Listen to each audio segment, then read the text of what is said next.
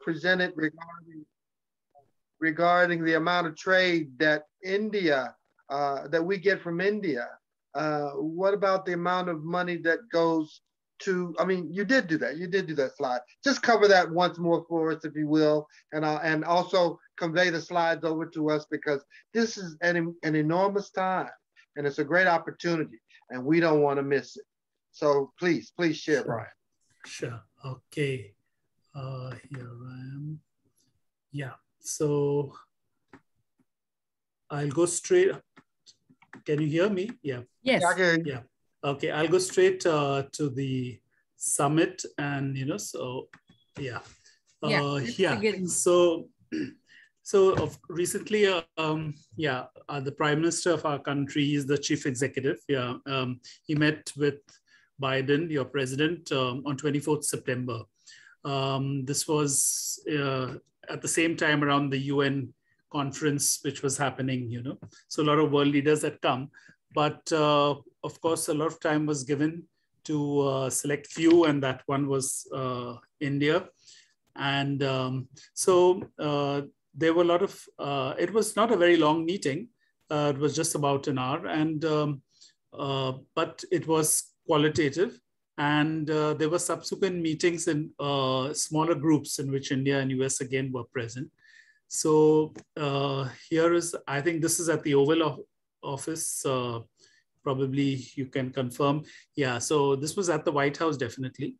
And of course, there was an interpreter because Mr. Modi is more comfortable with Hindi, and but of course he does understand English, and there was a lot of camaraderie, and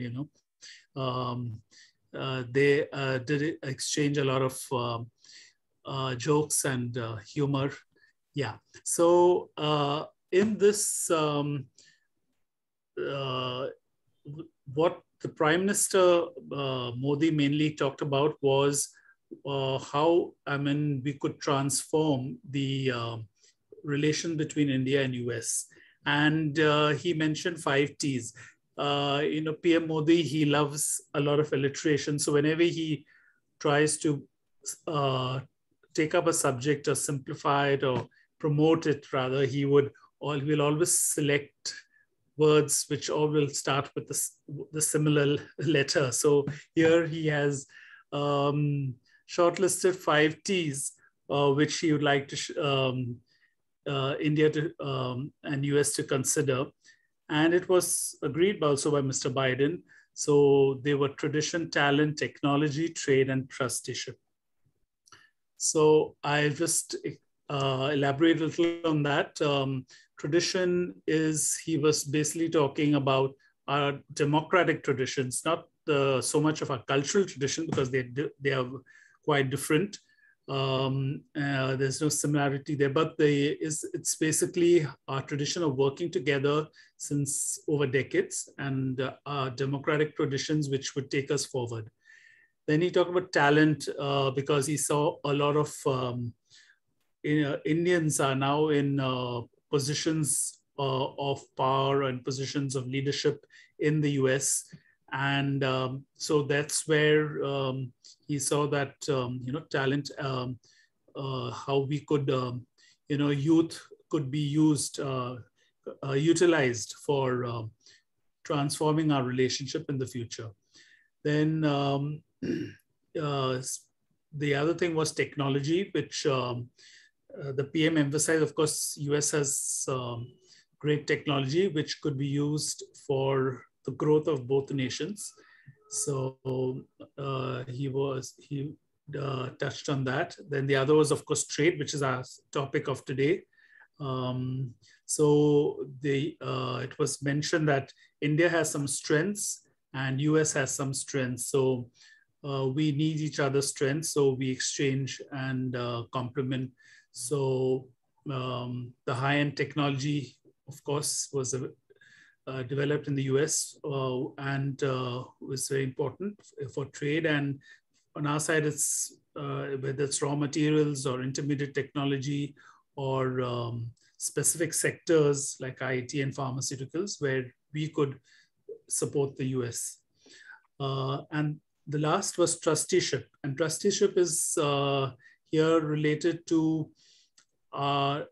trusteeship of the planet. So we were talking about environment, ecology today, and net carbon zero emissions. So it's a subject which is encompassed in that the importance which we have given to environment in both countries could be taken forward. In fact, of course, Biden has a special envoy for climate change, Mr. Kerry. So he had visited India some weeks before. So, so the emphasis was given on how to take climate change forward and emphasize on that. So this was the 5 T's. Then earlier, of course, there was a talk between Prime Minister Modi and Vice President Kamala Harris. And they were basically specified on the strengthening of democratic institutions, because this is a feature which is very unique to both countries. I mean, we are the 2 largest democracies today. So we are the most populous, and the US is one of the oldest democracies, and so therefore how it could be taken forward, because there's a lot of threat to our democratic institutions for a lot of reasons. So of course that is more of subject of geopolitical discussion, but so it was an interesting perspective which they focused on. Then there's another thing which I would like to show an image here. I don't know if anyone can understand what this image talks about. You can, of course, see there are 3 countries out there: Japan, India, Australia, and you've got US, of course, which is hosting it. This was about 6 months earlier. So if I suppose you all would know, this is the new grouping which has been formed. It's called Quad. So basically Quad means 4-sided. So it's they are the 4 sides of the quadrilateral security arrangement. So this is, the Quad is a dialogue. Actually, it started quite some time back. It was started at even before Mr. Obama's time. It was during probably Bush's time, and it and by the then leaders of the 4 countries. It was actually initiated by Shinzo Abe, who was the PM of Japan.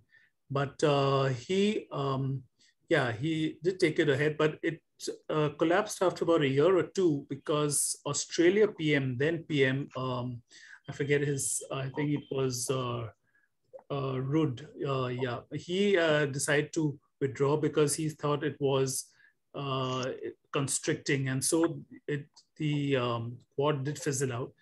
But so his subsequent, the person who took over, the Prime Minister, was a lady PM from Australia. She brought on the negotiations again, and then it built up some momentum. But basically, it was more for security in the Indo-Pacific region. That's what. But now they have got a broader agenda, which is also on economic and health issues. So even in the recent COVID incident, there was a lot of collaboration and cooperation. In fact, the success of a lot of the supplies worldwide was because of the Quad. Like, for example, the vaccines. A lot of the technology came from the US. The manufacturing was done in India. The logistics distribution was done by Australia, and the financing came from Japan. So there was a lot of cooperation just to realize this objective. So the Quad moved just away ahead, more than just security, which was the initial focus. And it was very good because it's, I mean, there are 4 countries, I mean, who are in different continents. Of course, India and Japan are considered, but for all, this is, yeah, we are culturally quite different, and we could serve the whole world, because of cooperation. So this was the success of Quad, and yeah, so we're going to see Quad play a great role in the future. In fact, people are now calling it the Asian arc of democracy. So because all 4 countries are democratic, and where democracy runs very strong with really strong democratic institutions. So this is basically actually as a counter the threat of China, but they haven't focused so much on China, but of course but during all these discussions, the topic of China, Afghanistan, those were not discussed because the contentious issues were kept aside because they focused on how they could cooperate. But and that's how they decided to take the transformative relationship ahead.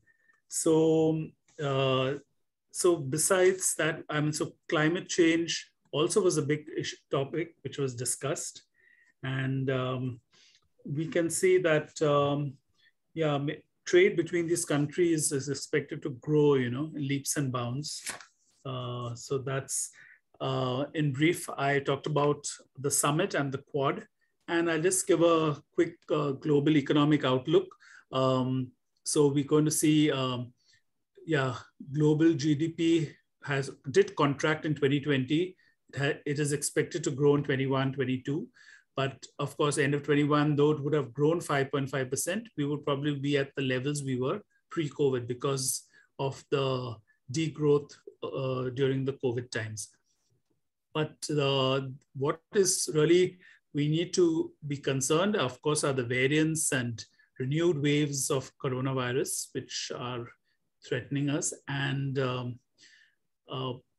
also how the vaccination rollouts do happen. And there is vaccination equity because vaccination should be affordable and to everybody, and there should be no one who has to pay more than a due fair amount for the vaccine. So of course there are a lot of trade wars and geopolitical tensions, but one great factors that most countries, US, India, have put in a lot into the recovery budget, and they've pumped in. US has put in almost 2 trillion, and India has put a lot of money in because I know the figures, of course, in rupees terms, which is about 20,000 crore rupees. So these are definitely helping the economy. Today, you see the stock market in India is one of the most, is the best performing market in the world today. The economy is the best performing also. So last year, the stock market index was at around 30,000. Today it's 60,000. So it has doubled in just a year. And so you can see that